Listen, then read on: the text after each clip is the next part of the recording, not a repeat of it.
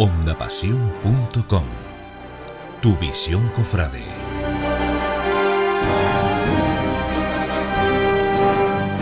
Síguenos y localízanos en nuestras redes sociales, @ondapasión.com.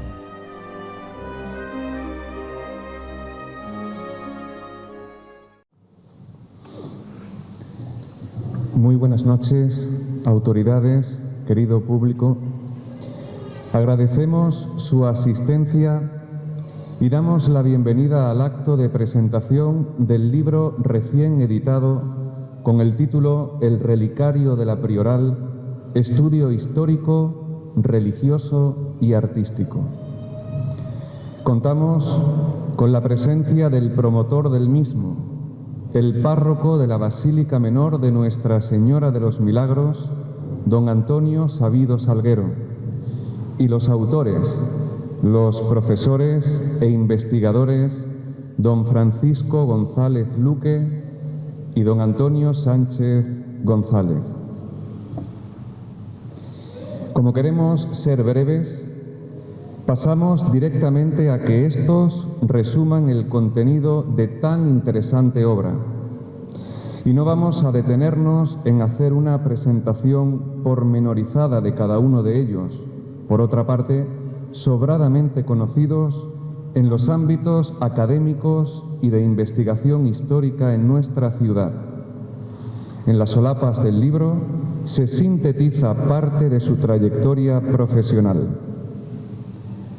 Comienza la exposición don Francisco González Luque, cordobés, pero con más de media vida afincado en el puerto. Es licenciado en Historia del Arte y ha sido catedrático de Geografía e Historia en varios institutos del puerto. Nos resumirá el proceso de redacción del libro y adelantará parte de su contenido haciendo gala de su pasión por la historia y el arte de esta su ciudad de adopción.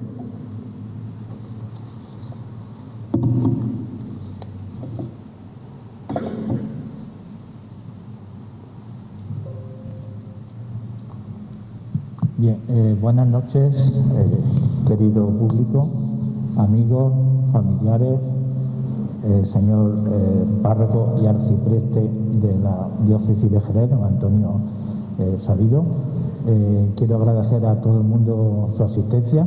Queremos, voy a tomar la palabra yo, pero todo lo que diga es en plural. Estamos encantados de presentar el libro, fruto de unos meses, años casi, de investigación y esfuerzo. Y bueno, lo primero que queríamos hacer era agradecer. Este libro no hubiera podido ver la luz si no hubiera colaborado una serie de personas a las que quiero nombrar y me van a permitir que lo lea para no olvidarme de nadie. En primer lugar, don Antonio Sabido Salguero, reciente párroco de la Basílica Menor de Nuestra Señora de los Milagros, que nos ha permitido el acceso al relicario para un análisis pormenorizado del mismo y desde un principio ha mostrado su entusiasmo en la edición del presente libro. Pero también hay que agradecerle haber promovido la restauración de la pieza de cara a una próxima y pública veneración. Doña Ana Becerra Fabra, infatigable historiadora y archivera, merecería figurar como coautora del presente trabajo. No ha querido, pero desde luego aquí tiene que quedar constancia de su interés y su ayuda desde un primer momento. Agradecemos encarecidamente su profesionalidad, consejos y orientaciones para acceder a la documentación en los archivos de la Prioral y Municipal y el interés acerca también de la presente investigación. Don Manuel Girón Ceballos siempre ha estado dispuesto a colaborar en asuntos relacionados con la historia y el patrimonio de esta ciudad a lo largo de sus más de 40 años como sacristán y archivero de la Prioral. También desde su merecida jubilación nos ha seguido ayudando con informaciones diversas sobre los documentos del archivo de dicha parroquia. Su continuador en cargos y ocupaciones, don Juan Luis Izquierdo Fernández, Ha soportado con su característica amabilidad nuestras solicitudes de cajas, legajos y facilitado todo lo que hemos necesitado. También le agradecemos su demostrado interés en la publicación de este libro. Doña Pilar Nieva Soto, ausente, vive en Madrid, doctora en Historia del Arte en la Universidad Complutense, especialista en estudios de platería, ha mostrado una excelente acogida a este proyecto de investigación y ha prestado su ayuda a distancia, pero también en la cercanía.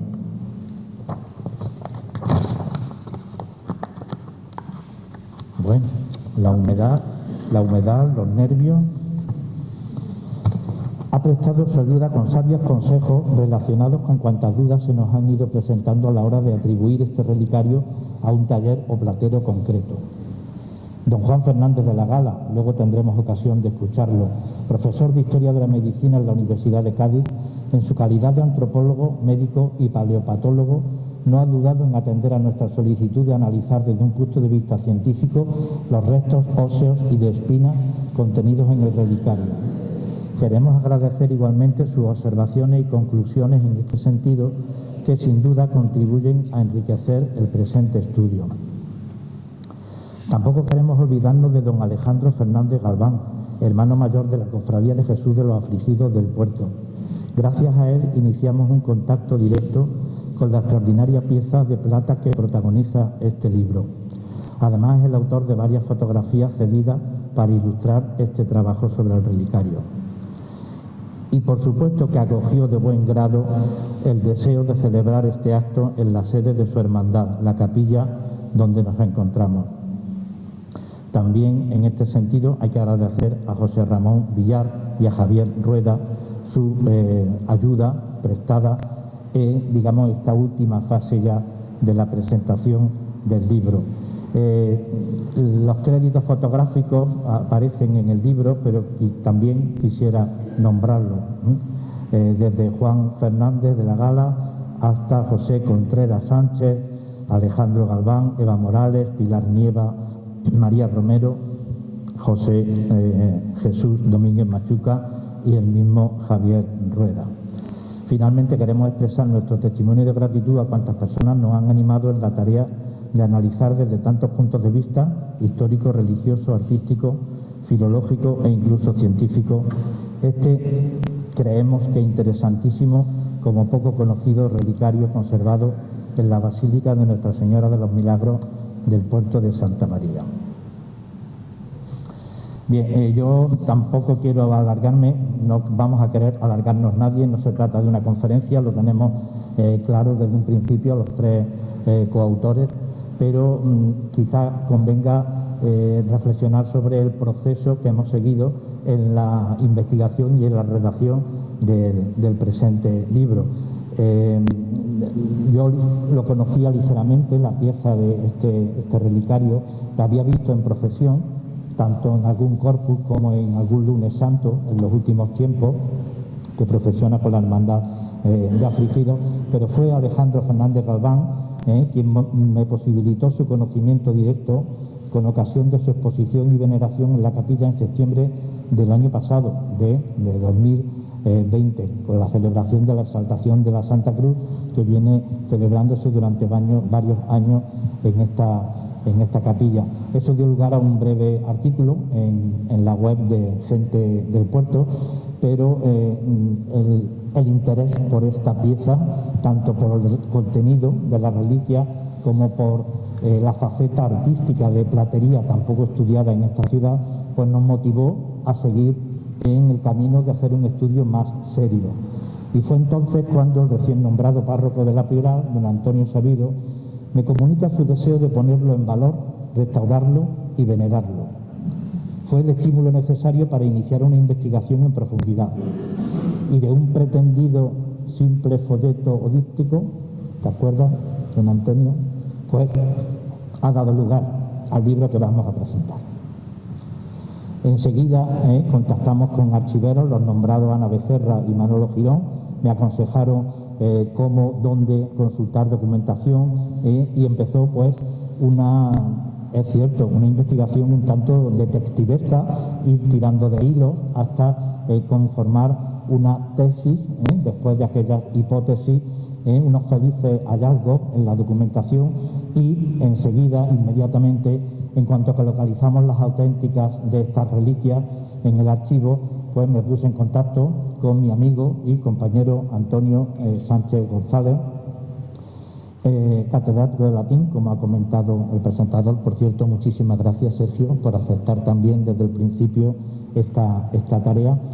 Y se entusiasmó desde el principio, creo, con las auténticas de las reliquias y se puso a transcribir y a traducirlas.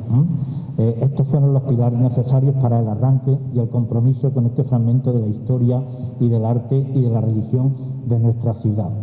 Tras meses de trabajo, contraste de hipótesis y esa labor que hemos dicho un poco policíaca necesaria para llegar a las conclusiones, han ido jalonando el proceso de elaboración del texto que ahora presentamos. Ese ha sido un poco el proceso. La verdad es que han sido meses muy intensos, muy, ¿cómo diría yo? Pues casi monográficamente dedicados a ello. Por cierto, agradecer a nuestra familia, supongo que la tuya también, ha soportado pues nuestro aislamiento para llevar a cabo semejante labor, ¿no? Bien, continúo yo, ¿verdad, Sergio? Sí, bueno, lo que vamos a hacer es presentarle el libro, No vamos a, como he dicho antes, dar una charla, una conferencia, simplemente decir los apartados que contiene y, por supuesto, lo primero es presentar la pieza. Aparece el libro, después de los agradecimientos y una presentación, pues una ficha en la que vamos completando los datos que aquí simplemente pues podemos ir comprobando, ¿no? Lo que se llama una ficha de catálogo necesaria, pienso yo, a la hora de abordar cualquier labor de investigación, desde los materiales, las cuestiones más técnicas, hasta la cronología, aproximarnos a una atribución de autor, hablar de su estilo, quién lo donó. Es que hemos tenido mucha suerte, es que conocemos a quienes donaron tanto la reliquia como la pieza. Por tanto, ha sido una labor ardua, pero luego muy, muy motivadora, porque hemos encontrado este apoyo en la documentación. Bien, el primer capítulo comenzaría con unas generalidades sobre conceptos, que se entiende por reliquia, que se entiende por relicario, la clasificación de estas. Luego hablamos también de las distintas tipologías de relicario. Y bueno, el libro, les adelanto, está, creo que, modestia aparte, magníficamente ilustrado, tanto con fotografía de todos los autores que he nombrado, pero también de la propia documentación del archivo. Bien, pues en esta introducción lo que hacemos es ilustrar con algunos de los muchos relicarios. Por cierto, este es otro tema también pendiente para abordar, lo digo por si algún asistente pues está interesado y nos ponemos manos a la obra. Todos los conventos, todas las parroquias conservan reliquias y relicarios, algunos pues como auténticas obras de orfebrería que merece la pena también ser estudiadas. Los hay de distintos diseños, materiales, formas, tamaños y por supuesto reliquias diferentes, ¿no? Esta es una muestra de los distintos tipos de relicarios. Bien, cualquier estudio, lo sabemos todos, artístico, religioso, filológico, debe encuadrarse en un contexto. Por eso empezamos también ya nuestro estudio pues comentando cómo era la población, la sociedad, los aspectos políticos, los aspectos religiosos o artísticos en la ciudad del puerto de Santa María. El libro incluye también un eje cronológico que hemos centrado pues desde que se adquiere la primera reliquia en 1720 hasta el encargo del relicario en 1754 y hemos alargado un poco hasta los años 60 del 18. Por tanto, el contexto está enmarcado en esa época. El eje vertebrador de todo el trabajo, desde luego, ha sido la Iglesia Mayor Prioral, y cuyo archivo conserva una documentación extraordinaria. Vamos repasando algunos acontecimientos, también desde el punto de vista político o militar, que ocurren en la ciudad en aquellos años, y bueno, pues destaco estas dos ilustraciones en donde se refuerza, como digo, esa presencia de la Iglesia Mayor en toda la sociedad portuense de la época. Por ejemplo, el túmulo que se levanta para Felipe V, sus exequias, o 2 años después cómo se consagra la prioral en 1748 a la Virgen de los Milagros. Es una época extraordinariamente espléndida desde el punto de vista artístico, es su época, es su apogeo, este siglo XVIII, en el que continúan las manifestaciones arquitectónicas y escultóricas del XVII, ¿verdad? Estas casas de cargadores a India o obra pública. Es una época también de renovación, de reforma de los conventos, como el de la Concepción o de la fundación del de las Capuchinas, en fin, la Capilla de la Aurora. No se trata ahora de hacer un estudio de toda la edificación religiosa o civil, sino de mostrar un poco por dónde han ido los hilos de esta investigación. Y dentro de la prioral, la auténtica protagonista de esta historia que hemos narrado en el libro, pues va a ser la cofradía de San Pedro, la cofradía de clérigos de la ciudad del puerto de Santa María, una cofradía formada, como digo, por todo el clero de la ciudad y que conserva, pues gracias a Dios y también gracias al actual párroco, que se está renovando y cuidando en todos sus detalles. Bien, pues dentro de esta cofradía de San Pedro de la Prioral hay que agradecer al estudio de Ana Becerra, que ya escribió un artículo en la revista de Historia del Puerto, donde va desgranando toda la historia de la cofradía. Nosotros hemos incluido un capítulo resumiendo aquel trabajo y aportando algunas cuestiones sacadas de los libros de Cabildo, de los libros de funciones, etcétera, etcétera.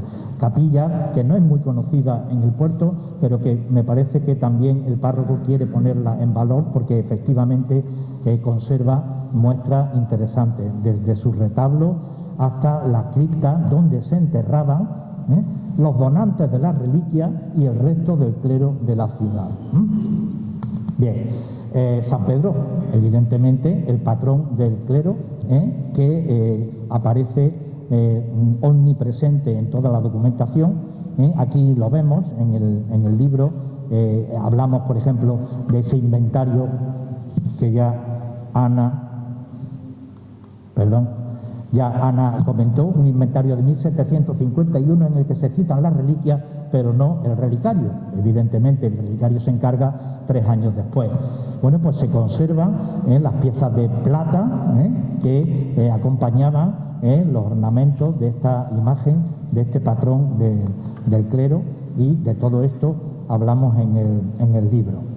Un capítulo, evidentemente, tiene que protagonizarlo los donantes. ¿Quiénes fueron los que donan las reliquias?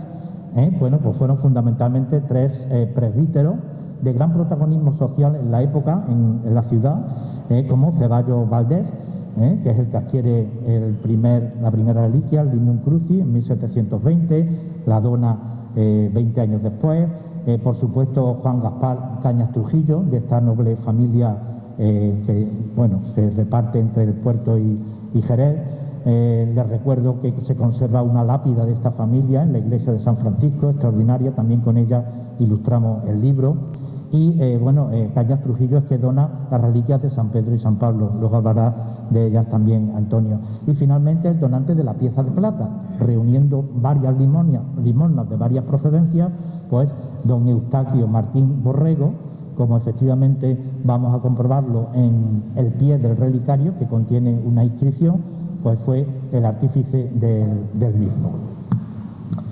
Bien, vamos a pasar ahora a el estudio un poco más concreto del contenido del relicario, centrándonos un poco en las reliquias, pero sobre todo en los aspectos históricos y también en los aspectos filológicos.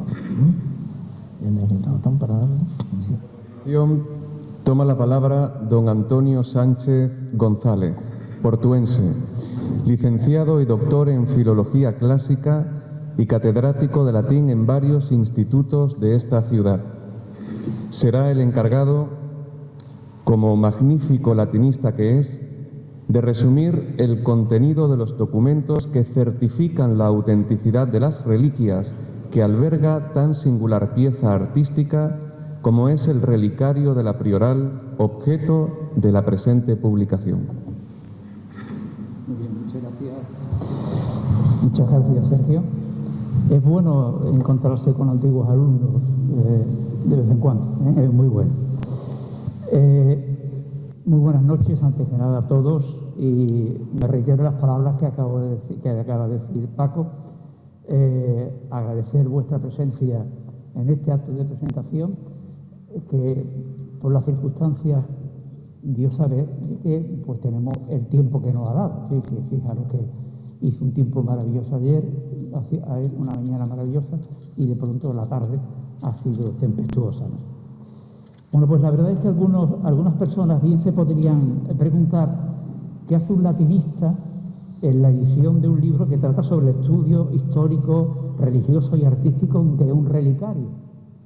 Bien es cierto que yo también lo reflexioné a primera vista, pero no contaba con la grata sorpresa que me guardaba Paco, cuando en su momento me propuso este extraordinario trabajo en el que nos embarcamos hace ya más de un año y que ha dado como resultado que lleguemos a buen puerto esta noche.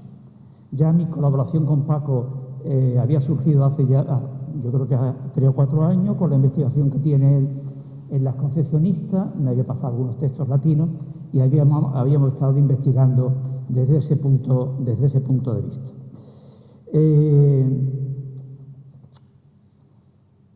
Como ya me había solicitado en otras ocasiones, Paco me proponía transcribir, traducir y comentar una serie de textos latinos que iban a completar el trabajo que presentamos. Y eso es lo que vamos a hacer. Pero no quisiera desaprovechar la ocasión para revalorizar sobre todo la importancia que las lenguas clásicas tienen y espero que tengan en nuestra sociedad occidental en un futuro. Son muchos los manuscritos y textos latinos que esperan la mano del filólogo clásico para su correcta interpretación y de ahí a comprender mejor el momento histórico del que se trata. Y me estoy refiriendo tanto al latín clásico, medieval, renacentista o, como ocurre en esta ocasión, al latín eclesiástico. Como ya todos sabemos, fue Santa Elena, madre del emperador Constantino, quien en el siglo IV inició los trabajos de excavación y localización de la cruz de Cristo en el monte Gólgata, a las afueras de Jerusalén. Mi trabajo ha consistido en el estudio filológico de las llamadas auténticas, que son los certificados eclesiásticos de autenticidad de las 4 reliquias que vamos a estudiar. En primer lugar, conviene aclarar que todas las auténticas en general comparten unos criterios comunes de composición. Un protocolo inicial en el que se escribe el cargo y título de la jerarquía que acredita el documento, llamado también intitulación, el destinatario de la misma y una salutatio final. En el cuerpo o texto de la certificación se comienza con la notificación de motivos, el preámbulo o norma general que se debe dar al tratamiento de la reliquia, exposición de motivos que incluye la acreditación histórica y, por último, cláusulas finales de garantía, donde se expone su protección y veneración, así como su corroboración y confirmación. Al final del documento aparece el escatócolo en el que se detalla la sede y fecha de la misma, terminando con la validación o firma y su sellado. Solo los que aparecen con firma y sellos son originales y, según la ley canónica, únicamente aquella reliquia cuya legitimidad se puede declarar con un documento publicado por un eclesiástico, en general un obispo o un arzobispo. Incluso tenemos también firma de cardenales. Esos son los que se permiten ser venerados en culto público. Concretando ya en nuestras 4 auténticas, aparecen escritas en papel con cierta parte borrosa o ilegible por el efecto de la humedad. La primera es el Lignum Crucis, no lleva ningún escudo eclesiástico en el encabezamiento ni decoración artística en los laterales. La auténtica de San Pedro y San Pablo, si ponemos las cuatro. Ponemos las cuatro. Sí. Eso es, ahí tenemos las cuatro, ahora iremos concretando cada una de ellas. Las auténticas de San Pedro y San Pablo muestran el escudo papal de Benedicto XIII y un dibujo artístico solo en la parte superior y en los laterales. La auténtica de la Santa Espina aparece enmarcada con sus 4 lados, con un trazado de línea y con el escudo episcopal en el protocolo inicial, como podéis ver. Por tanto, la única que no tiene ningún tipo de escudo es la primera, que es el Lignum Crucis. Todas están escritas en latín, con grafía humanística, presentando un modelo no muy formal, como podéis ver en principio, pero ahora más concreto lo veremos. Si bien hay algunas partes escritas con suma elegancia al estar impresas, sin embargo, estas se ven interrumpidas, como todo documento eclesiástico certificado, con letras manuscritas que distorsionan bastante el documento desde el punto de vista estilístico. A ello hay que añadir que en todas observamos espacios en blanco que han sido señalados con rayas, lo que configura un documento poco ilustrativo. Con toda probabilidad, las auténticas se imprimían con las 3 partes y los datos fijos que se deberían tener cada una de ellas, y ya el secretario incluía las reseñas más precisas que requería el documento. Pero no siempre era así. Podemos observar que en las 4 auténticas se corrigen terminaciones latinas, algunas de las cuales son por omisión o bien porque el caso latino no se corresponde con la palabra concertada. Incluso descubrimos frases manuscritas en medio de frases que ya están impresas. Las fechas iniciales de cada auténtica se dejan en blanco y están anotadas con letra manuscrita. Un curioso caso nos encontramos en el año de cada una de ellas. Mientras que en la primera, en el Lignum Crucis, aparece escrita a manuscrito por el secretario 1720, en las de San Pedro y San Pablo y en las de la Santa Espina solamente aparece 1,7 impreso. Y es el secretario el que pone manualmente 28 y después 49. En cada documento hemos utilizado los signos antilanda para indicar palabras tachadas, perdidas u omitidas que han sido restauradas en el texto, y el signo de corchete para marcar letras restituidas que no están, o bien desarrollar las abreviaturas, que hay bastante. Por tanto, entendíamos que el lector, cuando se encontrara, si tenía curiosidad por leer el texto en latín, podía tener el problema de no saber lo que ponía ahí, porque estaba tan abreviado, que incluso había una forma sincopada, a veces, que hemos tenido que meter el corchete para que se entendiera mejor. Indudablemente, las personas del clero podrían entender mejor el texto, pero efectivamente el libro está orientado a un público mucho más generalizado.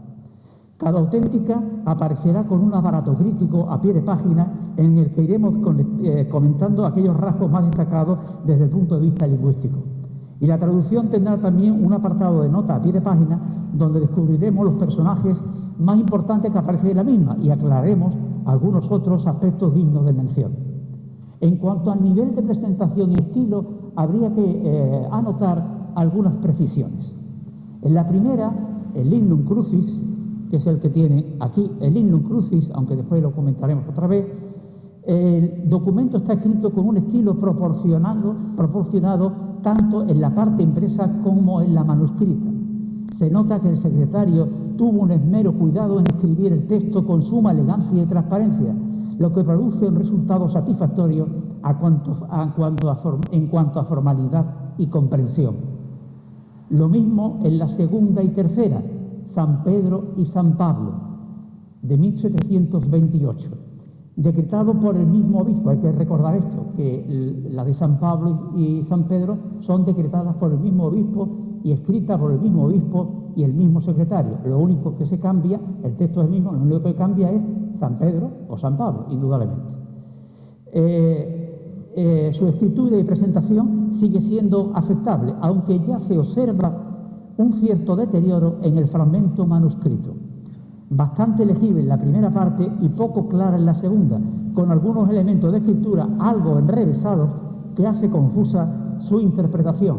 Así, por supuesto, lo hemos tenido y así nos ha llevado su tiempo entender bien algunos aspectos de este manuscrito. Y la cuarta auténtica, la Santa Espina, de 1749, siendo más reciente en el tiempo, sin embargo los efectos de la humedad han hecho estragos en la parte manuscrita. No obstante, en la parte legible se nota en la escritura poca diligencia por parte del secretario a la hora de anotar con atención todas las palabras. Es, como diríamos con todos los respetos del mundo, como si el secretario no fuera su día para escribir esta auténtica. Y si la comparamos con la primera, pues indudablemente se nota que la letra está un poco más difuminada, está como menos clara, menos transparente y menos legible, y menos legible. Las tres primeras auténticas están firmadas en Roma, a pesar de que los obispos son de distintas diócesis. La primera, la de la Santa Espina, el obispo es de Palermo y la segunda es de Icosio, respectivamente. Solo la cuarta, la de la Santa Espina, está firmada en Rieti, en la región de Lacio, ciudad de la que Serafino Camarda era obispo. Es la única que aparece. Bien, y empezamos con el Lignum Crucis, ¿no? ¿Le parece, Paco? Sí. Ahí está, exactamente. Aparece firmado el 21 de diciembre de 1720 por Fray José Gas en Roma, bajo el pontificado de Clemente XI. Pertenecía a la Orden de los Mínimos y fue arzobispo de Palermo. Esto hay que tenerlo en cuenta, es arzobispo, nosotros son obispos. Fue consejero real y asistente del Sacro Solio Pontificio. No lleva ningún escudo eclesiástico en el protocolo de inicio. Se trata de un texto original, ya que lleva el sello y firma del arzobispo. Esto es importante. Los 4 textos son originales, porque efectivamente en el manuscrito aparece el sello y la firma del respectivo, en este caso arzobispo o bien obispo.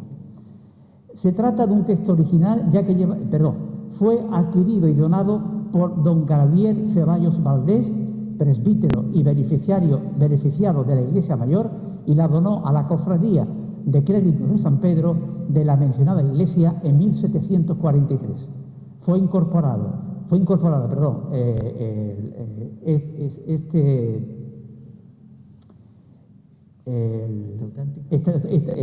la auténtica incorporada al relicario en 1754. La reliquia, quería decir. Oigamos muy brevemente, me va a permitir Paco, algunas palabras del arzobispo. Oigámoslas. Con innegable reconocimiento refrendamos como auténtico nuestro presente documento para todos y cada uno que lo vea, ya que nos han sido presentadas con fervor unas sagradas reliquias, ciertamente fragmentos de la madera de la sagrada Santa Cruz de nuestro Señor Jesucristo. Hemos conocido que éstas fueron extraídas de lugares auténticos, preservadas por un pequeño sello y al mismo tiempo confirmadas con suma garantía por un documento auténtico. Paso a otra parte de la auténtica. La entregamos en ofrenda a la mayor gloria de Dios con el fin de que pueda ser conservada en poder de alguien. Esto es algo novedoso, que yo me sorprendí, es decir, que alguien podía tener la auténtica en su casa, podía tener tranquilamente, o de donarla, la auténtica y la reliquia, claro está, donarla a otras personas y exponerla públicamente en cualquier iglesia, oratorio o capilla para veneración de los fieles. Esto es algo que ya se repite en el resto de las auténticas. En virtud de lo cual firmamos de nuestra propia mano este legítimo documento y ordenamos a nuestro secretario que sea ratificado con nuestro propio sello a pie del escrito, como así ocurre. En Roma, a 21 de diciembre de 1720. Pasamos ahora a las auténticas de San Pedro y San Pablo. Son dos manuscritos distintos. Nos quedamos con esta porque es la que está más clara y se puede mejor distinguir. Esta diríamos que es la joya de la corona, desde el punto de vista estilístico, ¿no? Esta auténtica, la de San Pedro y San Pablo. Ambas auténticas van firmadas por el mismo obispo, Fray Manuel III, noble portuense de la Orden de los Agustinos y obispo de Nicosia, según dice él. Ahora hablaremos de este término. Y las dos son iguales en cuanto a forma y contenido, aunque cada una de ellas se distingue por su santo correspondiente. Sigue el mismo patrón que la anterior del Lignum Crucis, es decir, editada con letra impresa y con fragmentos escritos a mano. Están firmados también en Roma el 28 de febrero de 1728. Aparecen compuestas con un estilo más elegante, presididas por el escudo papal de Benedicto XIII, fijaros. Ese es el escudo papal de Benedicto XIII, en torno al cual está escrito el protocolo de inicio del mencionado obispo. Estos están redactados de forma casi simétrica, si lo veis bien, casi simétrica, ¿verdad? Ocupando el escudo el centro del mismo. Los dos textos son originales ya que aportan el sello y firma del obispo, y en ambas hay un dibujo artístico en la parte superior y en los laterales. ¿Lo veis, no? El dibujo artístico. Apreciamos una novedad que vamos a ver también en la cuarta auténtica, que no vimos en la primera. El obispo III da su aprobación a ambas reliquias, dado que ya habían sido refrendadas previamente por otra autoridad eclesiástica, a saber, el obispo Francisco de Vico, secretario de la doctrina de la Sagrada Congregación de las Reglas, asistente del solio pontificio y canónigo de la Basílica de San Juan de Letrán. Ahí es nada. Es decir, que Fray Manuel III tiene la espalda bien cubierta. Es decir, que aquí no se coge los dedos por nada del mundo. Ya venía refrendado. Ya en 1726, Francisco Vico, este personaje, este obispo al que hago alusión, había estudiado y reconocido muchas de las reliquias, entre ellas una auténtica del Lignum Crucis que acredita y firma en Roma el día 20 de junio de 1726 y donada al provincial de los franciscanos de Siena. Fue designado en 1723 obispo titular de Lusa, antiguo obispado de la provincia romana de Palestina, y allí permaneció hasta su fallecimiento. Por tanto, Fray Manuel III refuerza el que estas reliquias son auténticas porque ya naturalmente venían refrendadas por el obispo Francisco de Vico. Apuntamos una curiosidad estilística de estas dos auténticas que nos ha llamado bastante la atención. El apellido del obispo es Tercero de Rozas, con C, y Barrios, Tercero de Rozas y Barrios, Tercero de Rozas y Barrios. Pero como podemos ver, aparece con un pequeño cambio en la grafía de su apellido. La C la ha sustituido por una Z. Esto no quiere decir que sea algo que nos llame la atención escandalosamente, se solía hacer. Pero sí que es verdad que aquí adquiere un matiz de algo más especial. Al aparecer un solo apellido, le da un toque más distintivo. No sé, tan normal la C, sino le da ese trazo con la Z. Otro apunte estilístico, lo encontramos en la escritura de Nicosia, si veis, de la ciudad de la que es obispo. Esta ciudad, que se latinizó con el nombre neutro de Icosium, en latín, evolucionó a Icosio en castellano. Y efectivamente la ciudad es Icosio, no es Nicosia. Sin embargo, él escribe Nicosia. En ningún momento lo vemos, tampoco lo vemos escrito en ningún momento con la doble S que está ahí.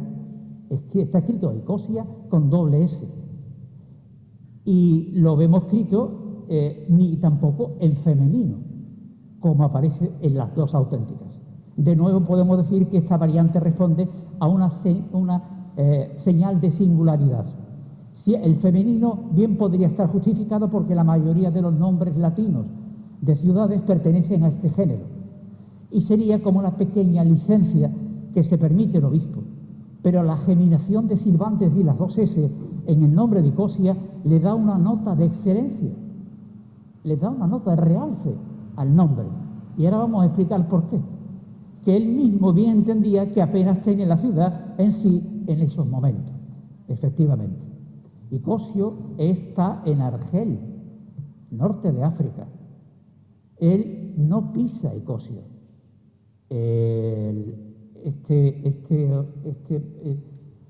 Manuel III, este obispo, es nombrado naturalmente obispo auxiliar del arzobispado de Sevilla desde un principio, y más tarde lo nombran obispo de Nicosio. La sede de Nicosio había estado durante muchísimos siglos sin estar ocupada, y en 1700 se vuelve otra vez a ocupar. Y nombran, naturalmente, más tarde, nombran a Manuel III obispo de Nicosio. Pero él no suele, mejor dicho, no va. Es el norte de África, está en un sitio un poco extraño y naturalmente está empezando y después de un periodo de no haber sido tratado pastoralmente, pues él ya llevaba muchos años siendo obispo auxiliar del arzobispo de Sevilla, y ahí va a permanecer hasta que fallece primero el arzobispo. Él se viene para acá y viene a Jerez, donde él había estado sirviendo en el convento, y ahí es donde muere, en Jerez. No llega a pisar. La investigadora Ana Becerra, que ya ha nombrado Paco, tiene un magnífico artículo sobre Manuel III, y dice que efectivamente cuando en la Iglesia, cuando los obispos no solían pisar o no solían ir a su destino, se le nombraba obispo auxiliar de un cardenal o de un arzobispo o de otro obispo de gran importancia. Por eso él se queda en Sevilla como obispo auxiliar toda su vida, hasta que fallece el arzobispo.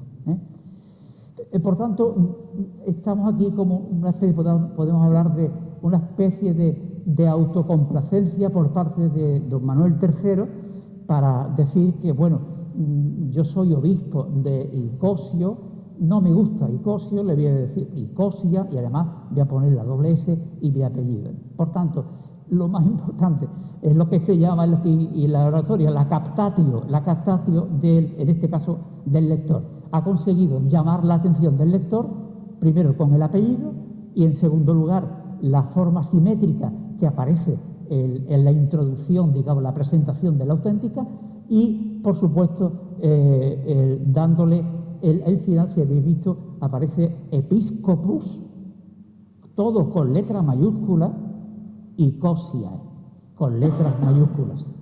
Os dais cuenta, ¿no? Con la doble S. Reforzando ese valor de excelencia que hemos comentado, pues incluso después vemos que la lápida conmemorativa, podéis verlo en la iglesia prioral, ¿no? Pues en la lápida de consagración de la iglesia, ahí aparece aparece el obispo Manuel III con C, y aparece obispo aparece una variación también en el apellido de Rosas con S, y aparece obispo de Nicosio. Ya aquí sí aparece Nicosio y con una S. Aquí sí ya aparece, ¿no? Por último, comentar que estas dos auténticas son firmadas un año después de ser nombrado obispo titular ordenado de Nicosia. Las dos de las reliquias fueron adquiridas por el noble portuense, fijaros, ¿verdad? De paisano a paisano, fueron adquiridas por el noble portuense Juan Gaspar de Cañas Trujillo, presbítero y vicario foráneo, y las entregó a la cofradía de San Pedro de la Iglesia Mayor Prioral en 1743. Finalizan ambas auténticas con una nueva fórmula, otra cosa nueva, una novedad. Una fórmula para garantizar, esto ya creo que casi todo el mundo, supongo que sabíais que existía, la prohibición de comerciar con la reliquia. Al parecer, había un verdadero trasvase Tajo Segura de un sitio para otro de reliquias que se compraban, se vendían, tal. El Vaticano tuvo que intervenir y tuvo que prohibir tajantemente que las reliquias se vendieran o que se comercializaran con ellas. Y por tanto aparece en latín, a partir de esta reliquia, a partir de esta auténtica, fijaros que aparece en mayúscula gratis ubique. Esto que quede constancia. Es decir, sin costes en todos los sitios, en todas partes. Que a nadie se le ocurriera cobrar por tener esta auténtica y por tener la reliquia, por supuesto. Escuchemos también, para terminar, algunas palabras de Fray Manuel III en esta auténtica. Para todos y cada uno de los que vean el presente documento, comunicamos y refrendamos con innegable reconocimiento, ya que tras habernos sido presentada una sagrada reliquia, hemos aceptado que han sido obtenidas de lugares auténticos y garantizados con documentos auténticos y un sello, de las que hemos descubierto lo siguiente. Sin duda, son de huesos del apóstol San Pedro, dice en una auténtica, y en la otra auténtica dice de San Pablo. Reliquia que fue reconocida antes, otra vez lo mismo, antes por el ilustrísimo y reverendísimo don Francisco de Vico, obispo de Lusa, que hemos vuelto a guardar con reverencia y colocar en una pequeña caja ovalada de plata de doble cristal, sujetada con hilo de seda de color rojo y protegida con nuestro sello impreso con lacre de España, para mejor identificación de la mencionada sagrada reliquia. La entregamos en ofrenda a la mayor gloria de Dios y a la devoción del apóstol San Pedro o San Pablo. Y la donamos generosamente para este fin por mediación del ilustre don Juan Gaspar de Cañas Trujillo. Ya tiene un destinatario. ¿Veis? Ya tiene un destinatario. Y con posibilidad de conservarla en su poder, cederla a otras personas o exponerla en cualquier iglesia, oratorio o capilla para veneración pública de los fieles a Cristo. En Roma, 28 de febrero de 1728. Bien, y pasamos a la última, Santa Espina. Al igual que las anteriores auténticas, su edición aparece impresa y también con partes manuscritas. En esta ocasión la firma el 22 de febrero de 1749 Fray Antonio Serafino Camarda. Gracias, Paco.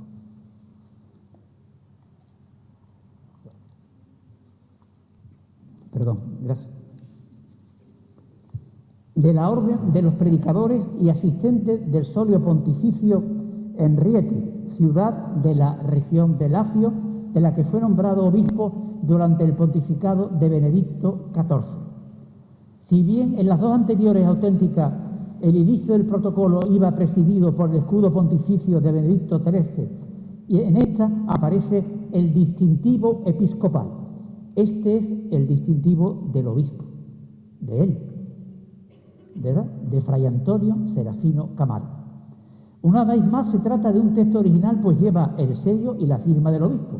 Al final aparece el manuscrito. No tenemos noticia del posible donante ni de su llegada a la cofradía de clérigos de San Pedro de la Iglesia Mayor Prioral. Esto está por descubrir. No sabemos quién la donó ni cuándo llegó a la prioral.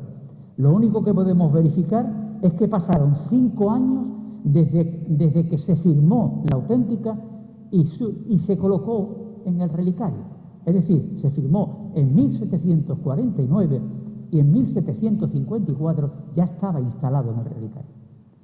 De nuevo, en esta auténtica, el obispo Camarda da su beneplácito a esta reliquia, reforzado por la acreditación de la misma, que ya había sido realizada anteriormente por otro jerarca eclesiástico superior. Atención, el cardenal de Carpíneo, vicario de Roma. Lo veréis en el libro. Un personaje ilustrísimo que estuvo asistiendo a la elección, creo que son de 4 o 5 papas, y estuvo durante 40 años siendo vicario de Roma. O sea que era un personaje ilustrísimo. Claro, indudablemente, Fray Antonio Serafeño Camarda pues firma con gusto algo que ya había sido refrendado, pues ni más ni menos que por el cardenal Carpinio, ¿no? Esta auténtica se presenta algo más deteriorada que el resto. La humedad parece haber hecho estragos en la misma, especialmente en la segunda parte. Un buen ejemplo de este desperfecto en el texto lo podemos ver en el nombre del mes en el que se firma. No lo veía. Yo personalmente no lo veía.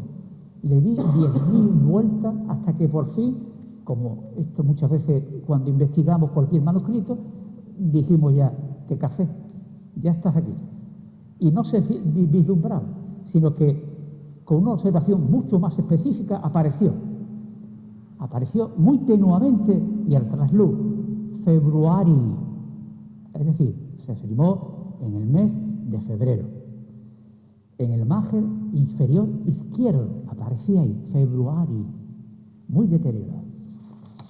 El texto en sí no conserva el esplendor de las dos anteriores, a pesar de que está escrito 21 años después, aunque está enmarcado en sus 4 lados. Los trazos dibujados son líneas en modo, alguno tiene nada que ver con los elementos ornamentales de las de San Pedro y San Pablo, como podéis ver. Incluso, como ya apuntaba al comienzo de mi intervención, la letra manuscrita del secretario deja mucho que desear con las dos anteriores. Aparece una escritura más enmarañada y muy poco transparente.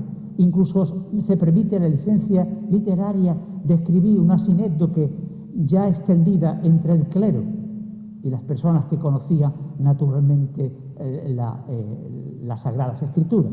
Y es que jamás dice corona de espina, aparece ex espina de junco. Recordad que la corona de Cristo estaba digamos, enlazada en el junco, ¿no? ¿Verdad? En rama de junco. Y eso es, por eso dice, es que espina de junco. Ciertamente, esta se estaba enlazada en esta corona. Y de nuevo termina la misma fórmula, con la misma forma de prohibición que las anteriores. Importante, importantísimo. Gratis ubicue. Esto a nadie se le pasa ya, a partir de la orden que da el Vaticano. Terminamos oyendo al obispo Camarda.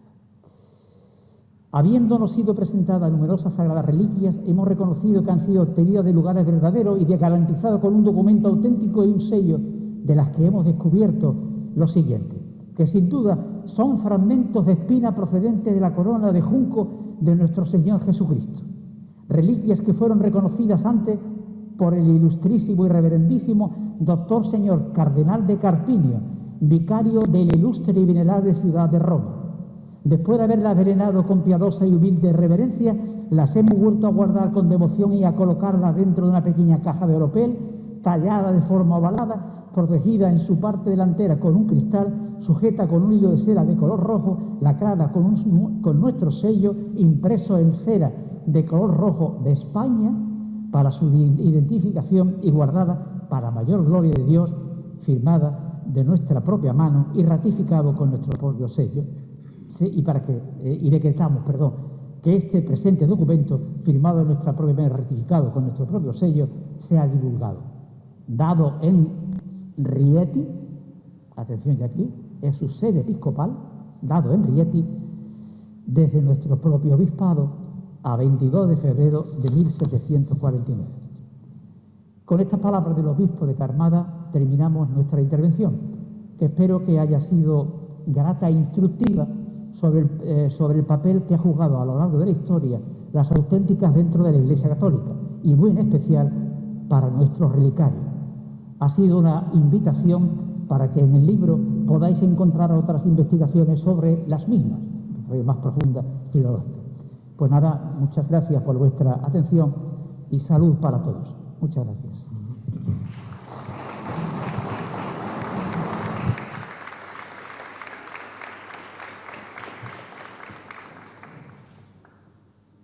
Además del interés histórico y filológico contenido en el libro que presentamos, Un capítulo del mismo aporta también un matiz científico.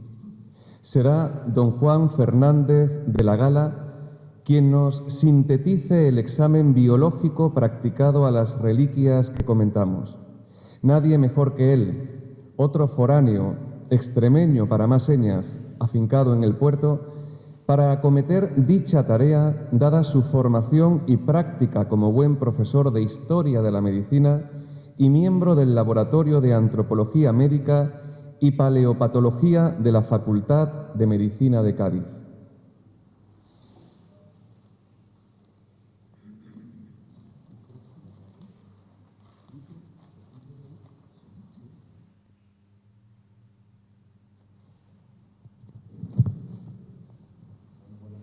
Muchas gracias, Sergio, por tu presentación.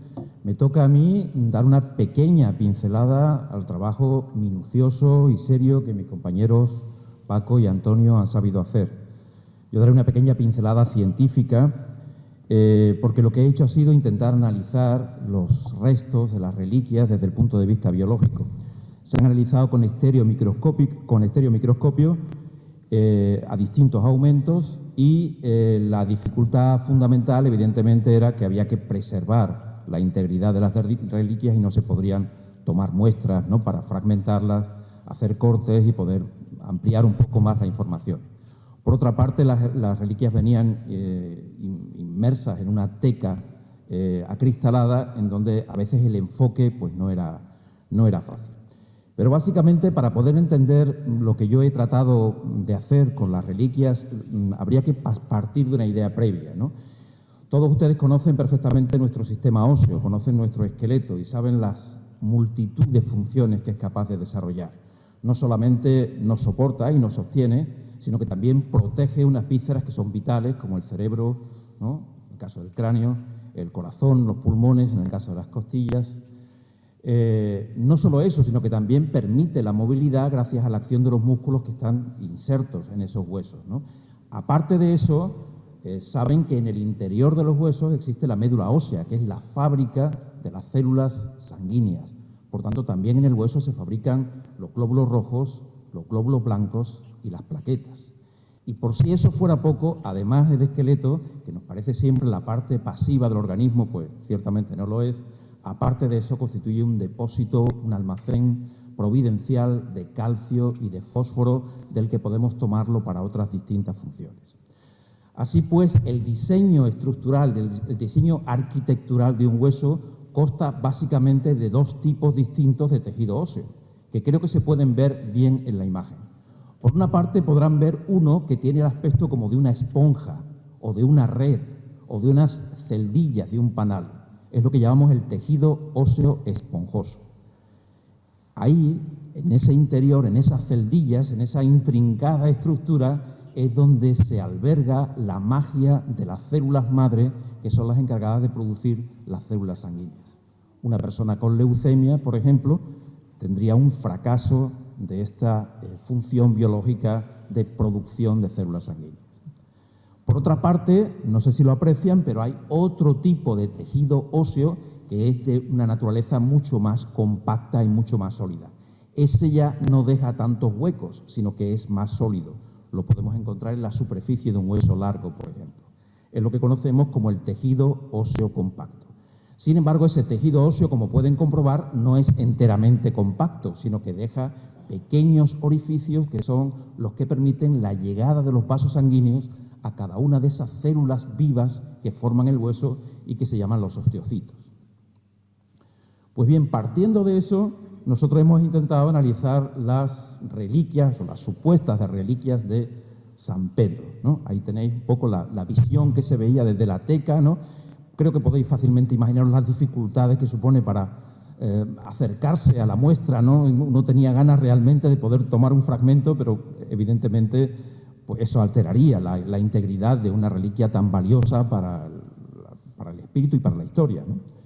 Bueno, claramente cuando uno se acerca con el microscopio, lo que aparece ahí, creo que fácilmente todos ustedes lo identifican, es el tejido óseo esponjoso del que hemos hablado antes. Ese tejido formado por una especie como de esponja o de red de trabéculas óseas duras que en sus huecos permite que allí las células madre de la sangre puedan fabricar nuestros glóbulos rojos, nuestros glóbulos blancos y nuestras plaquetas. Como pueden imaginar, para cualquier biólogo que se acerque a este tipo de estructuras son siempre algo mágico y maravilloso. Es una arquitectura sorprendente, ¿no?, y profundamente misteriosa. Pero hay que añadir una segunda dimensión a esto, ¿no? Y es que las 3 personas que formamos parte de este pequeño equipo investigador somos también creyentes, con lo cual para nosotros también nos hemos estado acercando a un misterio intrincado, tan intrincado como la propia estructura que ven aquí, ¿no? Y, bueno, pues levanta bastante la devoción, ¿no?, y el respeto pensar que a lo mejor en esos huecos que se ven ahí, pues se fabricaría la sangre del príncipe de los apóstoles, ¿no?, de San Pedro, ¿no?, de Cefas, ¿no?, de aquel pescador de la orilla del mar de Galilea que, bueno, pues fue un día reclutado, ¿no?, por Jesús de Nazaret y pasó un poco a dirigir y a presidir y a tener las llaves, ¿verdad?, de la Iglesia de Jesucristo. Bien, si pasamos a la reliquia de San Pablo, fíjense que la historia cambia cuando nos acercamos con el microscopio. Lo que observamos en la reliquia de San Pablo es tejido óseo compacto. Hay ciertamente algunas cavidades, como pueden ver. Hay pequeños orificios que se aprecian bien. Son los orificios por donde entran los vasos sanguíneos para nutrir el hueso. Se conocen en los libros de histología como los canales de Havers y los canales de Wolman, ¿eh? Y es una zona de penetración de las arterias para asistir nutritivamente y en las necesidades de oxígeno a las células que allí existen.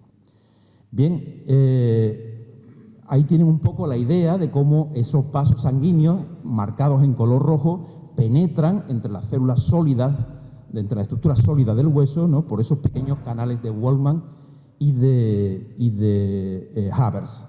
Fíjense en la imagen que hay al lado, porque claramente casi podemos deducir de dónde podría proceder ese fragmento de hueso.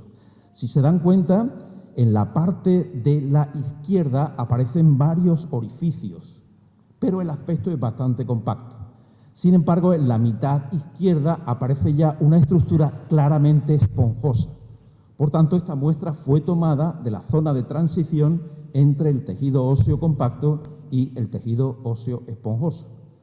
Es difícil determinar exactamente de dónde pudo proceder la muestra, pero probablemente el extremo de una epífisis podría ser perfectamente un lugar estupendo para la reliquia de San Pedro, y para la de San Pablo probablemente podría ser un fragmento craneal o cualquier otra zona en donde exista hueso plano, como podría ser, por ejemplo, el esternón o probablemente una costilla incluso, ¿no? Bien, otro detalle que me parece interesante hacerles reflexionar a ustedes es que, si se dan cuenta, con el paso de la edad sucede una clara decalcificación en el hueso, decalcificación que conocemos con el nombre de osteoporosis. En el caso de la mujer, la menopausia marca un periodo importante en ese proceso de decalcificación. En el caso del hombre es un proceso mucho más progresivo con el paso de la edad.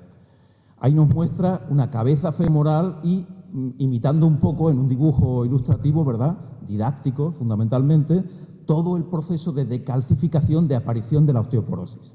Si nosotros observamos la muestra de la reliquia de San Pedro, nos daremos cuenta claramente de que la trabeculación del tejido esponjoso corresponde claramente a una persona en donde la osteoporosis ya estaba instaurada.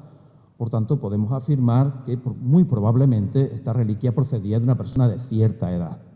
Parece que la tradición nos muestra también que San Pedro era ya una persona de edad avanzada cuando falleció, como saben, de forma bastante traumática y bastante violenta, ¿no?, crucificado en tiempos de Nerón. Al igual que ocurrió con San Pablo, que sabéis que falleció decapitado, ¿no? Es curiosa la coincidencia entre dos procesos de muerte que recuerdan bastante el de San Juan Bautista y el del propio Jesús de Nazaret, ¿no? San Juan Bautista murió decapitado, como San Pablo.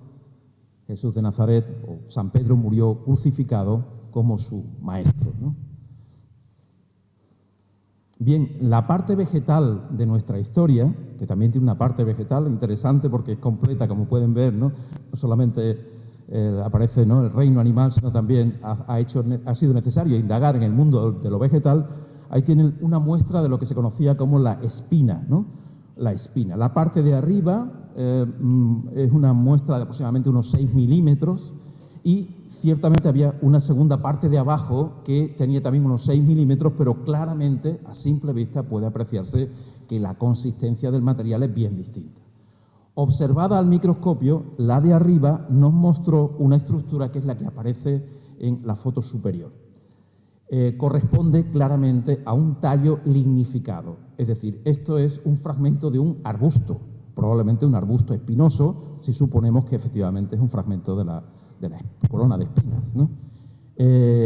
La imagen que tengo abajo es un fragmento de un arbusto que yo he cogido en el campo para poderlo comparar y para que puedan ver didácticamente el enorme parecido estructural que tiene el tallo arbustivo de arriba y el de abajo. Por tanto, podemos concluir con claridad que se trataba ciertamente de un arbusto trenzado el que supuestamente componía esta corona. Pero como pueden comprobar, hay también otra muestra vegetal abajo de diferente estructura macroscópica, que al verla al microscopio ofreció un aspecto radicalmente diferente. Esto es un tallo herbáceo, es decir, una planta de mucha menor consistencia, no lignificada, no mineralizada y, por tanto, probablemente correspondiente a una planta anual, una planta que tenía un ciclo en un año y después desaparecía probablemente. Así que entonces parece que la idea nos está diciendo, suponiendo la veracidad, ¿no?, y la autenticidad de las reliquias de las que han estado hablando mis compañeros, pues que parece ser que entonces la corona de espinas estaría trenzada con dos materiales vegetales distintos.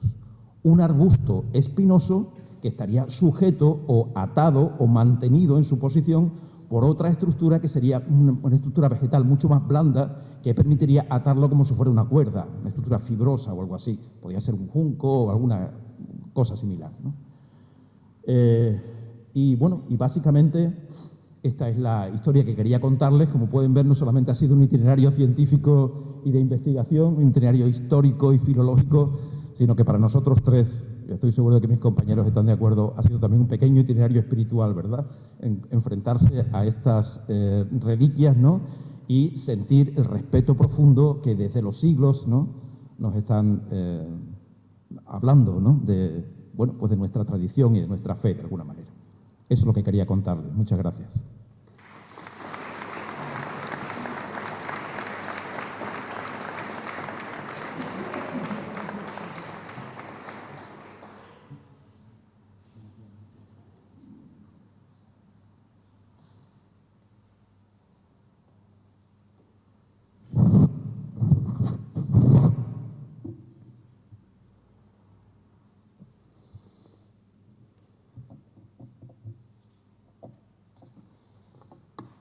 Retoma la palabra el profesor González Luque para compartir con nosotros parcialmente el interés histórico y artístico de este relicario del siglo XVIII.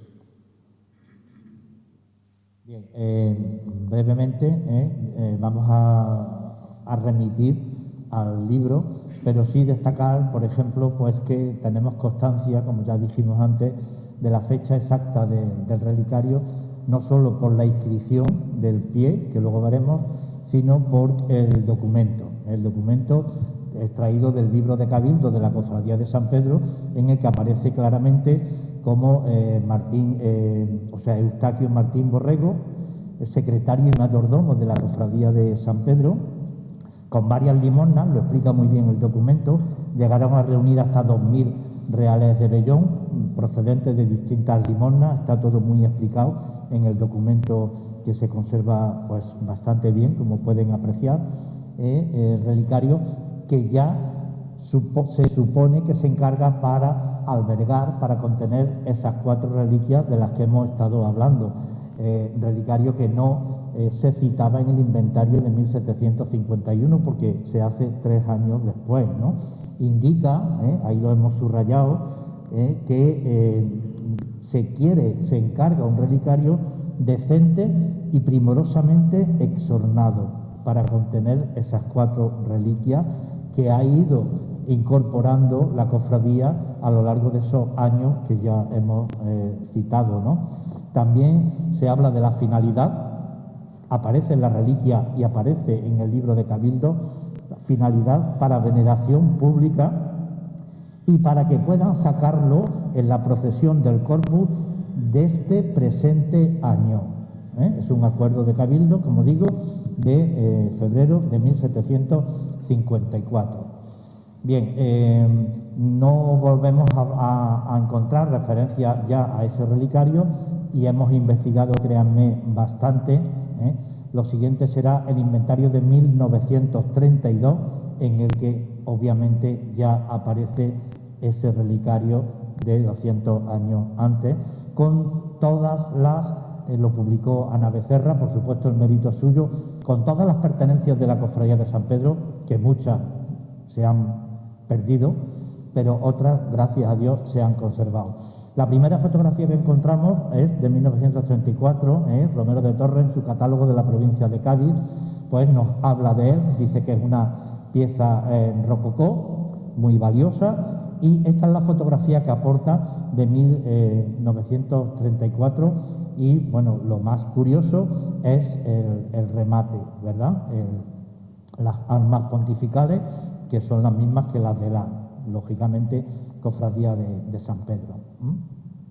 Bien, desde aquí en 1754 el relicario procesionó ya en aquel corpus, como hemos visto en el libro de Cabildo, y intermitentemente, vamos, yo llevo 40 años en la ciudad, no sé tampoco muy bien si ha procesionado todos los años, pero sí en los últimos, desde luego yo lo he visto en la calle, y bueno, los mayores del lugar pues podrían confirmar que era pues una, digamos, una cita obligada, procesionar el Lignum Crucis, que se le ha dicho siempre, pero que bueno, a partir de ahora habrá que llamarle relicario, Además del Lignum Crucis tiene otras 3 reliquias. Por cierto, en el libro nos hemos ocupado bastante de que aparezca relicario con mayúscula, ¿verdad? Porque, bueno, 2 razones. Una, hay varios relicarios en la Prioral. El título puede ser un poco equívoco. El relicario, no íbamos a poner de 1754 de la Cofradía de Clérigos, lo hemos reducido colocando en mayúscula relicario, porque hay muchos más relicarios. Y ya en fechas muchísimo más recientes, pues la hermandad de Nuestro Padre Jesús de los Afligidos, en cuya sede y capilla estamos, pues también los lunes santos lo sacaba. Esperemos que en el 22 pues vuelva también a procesionar, que será un poco ya también paralelamente a la veneración que el párroco pues se ocupe de ello en la basílica. Un apartado importante desde el punto de vista artístico es la pieza de plata. Hemos hablado de la importancia religiosa de la reliquia, hemos hablado, y van ustedes a leer el texto latino y la traducción al castellano en el libro, de las auténticas, pero nos falta la otra parte. Bueno, también hemos analizado científicamente la pieza, pero evidentemente esta es una obra muy singular. Entonces había que hacer una introducción a esta otra faceta artística, como es la platería en el puerto de Santa María. Nos hemos centrado, es un repaso muy breve sobre el tema. El tema da para otro libro, una tesis doctoral sobre las piezas de plata en el puerto, pero lo que hemos hecho es pues simplemente un recorrido muy muy ligero para recordar al pueblo portuense esta riqueza también en esta faceta de arte suntuaria de la que disponemos en la ciudad. Conventos, parroquias, hospitales, ermitas han ido incrementando su patrimonio artístico también con estas piezas, la mayoría de ellas donadas por nobles o por clérigos a lo largo de la historia. En el libro vamos describiendo la pieza, hablamos de su estilo, incluso llegamos a la atribución a un artista, vamos analizando todas las partes, empezando por el pie, y esta es otra cuestión que yo tengo que agradecer a Alejandro, cuando me dijo: Paco, ¿tiene una inscripción el pie del relicario? Efectivamente, la he transcrito aquí completamente para que lo puedan ver, ¿no? Es de la Cofradía de San Pedro, es Eustaquio Martín Borrego, el mayordomo, el que la encarga, y en el año 1754. Bien, lo que hacemos en el libro es describir, pues, desde ese pie del relicario hasta el nudo, el gollete, y cada una de las tecas. Hemos hablado de las reliquias, pero ahora también les invito a que observen la calidad, la fantasía de diseño, la riqueza de la ornamentación de toda la pieza. Repito, desde el pie del relicario hasta la parte central, con la teca de la Santa Espina, las dos tecas con las reliquias de San Pedro y San Pablo, y el lignum crucis, la estauroteca, la parte superior, que se correspondería con el viril en la custodia, en los ostensorios, para que nos entendamos, ¿no? Observen, como digo, y esto está descrito con cierta rigurosidad, y con pormenores de detalle, pues en el libro, incluso con ese remate que hemos comentado. Es una pieza de plata de ley. Y también hacemos un paralelismo con otros relicarios de la zona. Nos hemos centrado en dos de Jerez, concretamente otro lignum crucis del antiguo convento de la Veracruz, ahora mismo en el Museo de la Parroquia de San Miguel, y el relicario del dedo de San Dionisio, también en Jerez, bueno, pues por distintas cuestiones, ¿no? Una sería porque el donante del lignum crucis de Jerez fue don Juan Gaspar de Cañas Trujillo, tiene inscripción también en su pie, y otro por el diseño, ese diseño de perfiles mistilíneos alabeados, de la zona central, incluso también esa fantasía en la planta que describe el pie del relicario, pues estaría muy en sintonía, como repito, con el pie, con el relicario de nuestra ciudad. Y Pilar Nieva Soto, esta profesora a la que tanto le debo su intervención en el comentario del libro, pues me puso en la pista de quién podía ser, porque no está firmado, no está documentado. Hemos echado mucho tiempo en el archivo buscando en distintos legajos y documentos quién podría haber labrado esta extraordinaria pieza de plata. Pero Pilar Nieva, que sabe muchísimo más de plata que yo, pues me ofreció una serie de fotografías de piezas de plata labradas en Jerez de la Frontera, en distintas iglesias, San Miguel, San Mateo, San Dionisio, y todas están documentadas. Francisco de Montenegro fue uno de los grandes plateros de mediados, bueno, hasta los años 70, 80 del siglo XVIII. Y bueno, pues la atribución a Francisco Montenegro está ahí en el libro, y bueno, pues si observamos luego la fotografía en este texto, pues veremos cómo efectivamente están en consonancia con todas estas piezas de Montenegro. Montenegro comienza, no voy a hablar de él, pero simplemente decir que su estilo evoluciona, desde un tardo barroco hasta un rococó, incluso las últimas piezas ya aparecen en un estilo más neoclásico. Bien, pues con esta fase intermedia de los años 50 del siglo XVIII podemos relacionar perfectamente nuestro relicario de la Priora. Bien, el relicario se ha restaurado entre marzo y mayo de este mismo año por Jesús Domínguez Machuca, orfebre sevillano, y bueno, no ha podido asistir, pero me ha permitido presentar algunas fotografías que nos ha cedido y que aparecen, por supuesto, en el libro. En el informe que entregó, pues llega incluso a describir hasta 15 pasos que ha seguido en esta labor de restauración. Otra anécdota también es que en el interior del lignum crucis de la estearoteca superior apareció un papelito, un documentito, ¿verdad?, manuscrito, interesante, por el que sabemos que el relicario bueno, los que son portuenses y vivían en aquella época lo sabrán perfectamente, ¿no? El papelito dice que en 1962 Iglesias Veneroni restauró este relicario. No sabemos cuál sería su cometido, si simplemente se le limitaría a limpieza o a subsanar alguna grieta. Del informe de Domínguez Machuca, pues hay una cosa que nos interesa desde el punto de vista religioso, y es que él comenta que se ha conservado perfectamente el lacre, el sello y las cuerdas de cáñamo que garantizan la inviolabilidad de las reliquias de San Pedro, San Pablo y la Santa Espina. Y luego, como digo, va detallando hasta 15 pasos, desde desmontaje, limpieza, eliminación de soldaduras, repaso de grietas, lagunas en la plata, tratamiento antisilofágico de la base de madera interior, reposición de cristales, montaje final, etcétera, etcétera.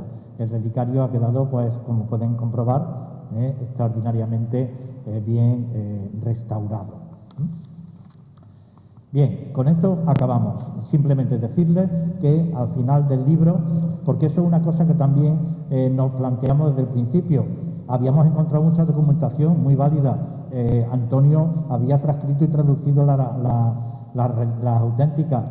El libro tenía que tener un carácter científico encima con la aportación biológica de Juan, pero allí siempre nos planteamos, ¿le damos un matiz divulgativo al alcance de todo el mundo o nos limitamos al rigor científico e histórico? Bueno, pues yo creo que el libro tiene esa difícil conjunción y llegar a ese acuerdo en el que, bueno, pues todo el pueblo, todo el público lo pueda leer, y el que le interese más la parte filológica, por supuesto, se detendrá más. El amante de la plata, pues hará una delicia ver esas fotografías con el relicario, y desde luego, pues los médicos y los antropólogos forenses se entusiasmarán con la parte científica de Juan, ¿no? Bien, al final hemos creído que debería incluir unos documentos. Hemos presentado 6 documentos, los 6 del siglo XVIII, originales, y bueno, indicamos también todos los libros, los legajos que se han consultado, tanto en el Archivo Histórico Municipal como en el de la Piedad del Puerto, y, como no puede ser de otra forma, una relación bibliográfica, tanto de carácter general como específico. Con esto creo que nos hemos pasado de tiempo, verdaderamente, pero bueno, ya nos ven lo entusiasmados que estamos y no podíamos abreviar mucho más. Además ha dejado de llover, con lo cual... Bien, pues yo creo que aquí finalizaría un poco la presentación del contenido del libro, ¿verdad? Ahora falta otra parte también igualmente importante. Para finalizar esta presentación será don Antonio Sebastián Sabido Salguero, párroco de la Basílica Menor y recién nombrado arcipreste de la diócesis de Asidonia Jerez, quien tome la palabra.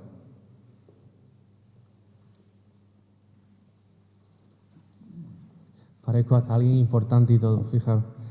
O sea, estaba recordando ahora mismo, estuve cuando estudiaba en Valencia, diácono, en un congreso de sindonología, un fin de semana donde vinieron grandes científicos. La síndone, ya sabéis que es la sábana santa, y el congreso fue espectacular. Vinieron científicos, un científico que trabaja en la NASA, y después de exponer todo, o sea, donde se decía por qué el carbono 14 falló, las pruebas del polen del siglo I, esa imagen que la ciencia no puede decir nada de cómo se puede hacer esa imagen en la síndone, el científico dijo, bueno, como científico decimos que todo esto nos lleva a que ha sido Jesucristo y que esto es imposible para la ciencia. Ahora depende de vuestra fe, ¿no? O sea, no podemos decir nada científicamente, garantizar es Jesucristo. Nosotros desciframos todo desde la ciencia y ahora vosotros ya desde la fe, si queréis creer realmente que efectivamente la síndone corresponde al cuerpo del Señor. Pues no sé cómo agradeceros, querido Paco, Antonio, Juan, o sea, vuestro trabajo, las horas que habéis dedicado, ¿no? Porque ahora cuando escuchaba todo esto, de decir, bueno, ahora ya es la fe, porque es que desde la fe tenemos un tesoro que es impresionante. O sea, el Vaticano está construido en los restos que quedan de San Pedro. Desde los primeros siglos los cristianos empiezan a celebrar las Eucaristías, empiezan a hacerse las capillas, luego en los altares poner siempre una reliquia de un santo. Se empieza a venerar las reliquias de los santos.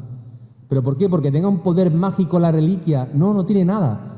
Pero los cristianos empiezan a valorar que esos despojos, esos restos, han sido templo de Dios, del Espíritu Santo, han conmudado a Jesucristo, y que esas personas, enamorándose cada día más de Jesucristo, hoy son venerados por nosotros como santos, como mártires, la obra que ha citado en cada uno de ellos. Por eso es para nosotros importante una reliquia, no por un trozo de hueso en sí, no porque sea algo mágico, que no, sino porque eso nos invita a nosotros a decir, si lo ha hecho con Pedro, con Pablo, si lo ha hecho con Juan Pablo II, si lo ha hecho con los padres de Teresa de Lisieux, y son santos, lo va a hacer Dios conmigo. Por eso para nosotros es tan importante venerar las reliquias, como un acto de pedir la intercesión de estos santos para que ahora se haga en nosotros esa misma historia. Ese es el don de tener esta reliquia, de poder pedir la intercesión y tener enfrente de nosotros este tesoro de reliquia de nada menos que San Pedro y San Pablo. Y luego, lo más grande, de la cruz del Señor y de la espina, de la corona de espinas.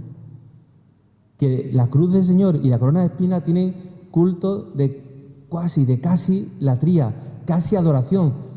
Se han expuesto ya, las reliquias están expuestas, podéis ir a la prioridad, a la capilla de San José. Entráis por la Puerta del Sol, mano izquierda, primera capilla. Están expuestas. Y habrá un reclinatorio, porque cuando están expuestas hay que hacer genuflexión. Porque ante la corona de espinas y la cruz, como tienen restos de la sangre del Señor, restos de su cuerpo, pues se le da un culto casi como si fuera el Santísimo. No lo es, pero hay que arrodillarse. No nos vamos a arrodillar delante de San Pedro y San Pablo, se puede hacer libremente y podemos rezar, claro que sí, pero ante la espina y la cruz sí hay que hacer genuflexión y ponerse de rodillas. Entonces, imaginaros, tenemos que ser nosotros ahora apóstoles del tesoro que tenemos. Aquí se han dado algunas pinceladas, en el libro está muy bien explicado, del tesoro que tenemos en la prioridad. Vosotros imaginaros que yo llego el año pasado, se me abren aquí 40 frentes, cuando llego, ¿no? Me aparece un tal Alejandro por ahí, ¿no? Que tiene por aquí la reliquia, no sé si estaban en aquella, era el 21 de septiembre, si iban, si venían, no me recuerdo bien, Alejandro.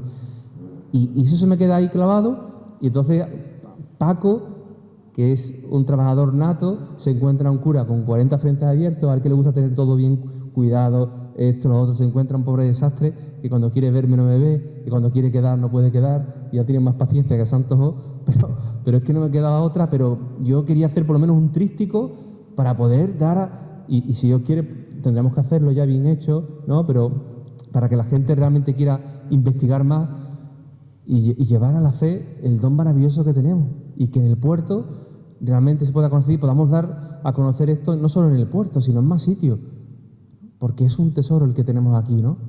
Entonces, bueno, agradeceros de corazón vuestro trabajo, de verdad, vuestra paciencia, Paco, gracias por soportarme, porque el pobre para cogerme. Y cuando vimos a Alejandro las distintas posibilidades donde presentar, pues en cuanto que apareció afligido, dije, tiene que ser aquí. Gracias por tu disponibilidad, por el cariño que le tenéis a la reliquia, por haber conservado pues ese deseo de sacar a la calle las reliquias del Lignum Crucis de San Pedro y de San Pablo, y qué mejor sitio que este. Gracias por tu disponibilidad y tu entrega. Y bueno, gracias por vuestra paciencia y estar aquí escuchando, y que de verdad que nosotros nos convirtamos en apóstoles, que llevemos a la gente, ahora a la prioral, le llevemos de la mano, ¿no?, al Lignum Crucis y a las reliquias de San Pedro y de San Pablo. Ahora al final, ¿no?, se van a poner a... Vale, pues muchísimas gracias.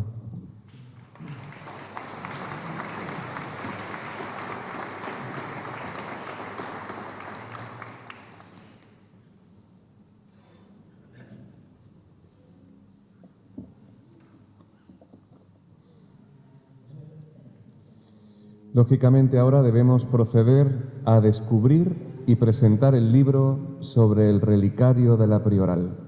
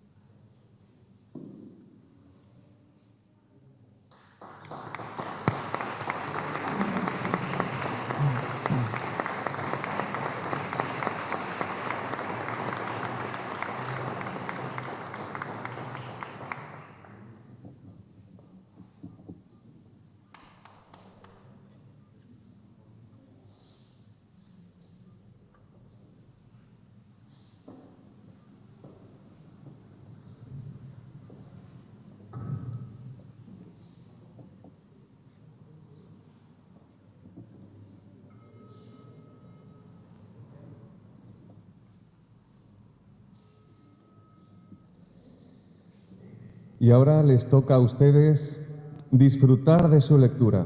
Les invitamos a que lo adquieran en los puntos de venta dispuestos para ello, en esta misma capilla y a partir de mañana en la Basílica y Librerías Ferla del Puerto o Diocesana de Jerez.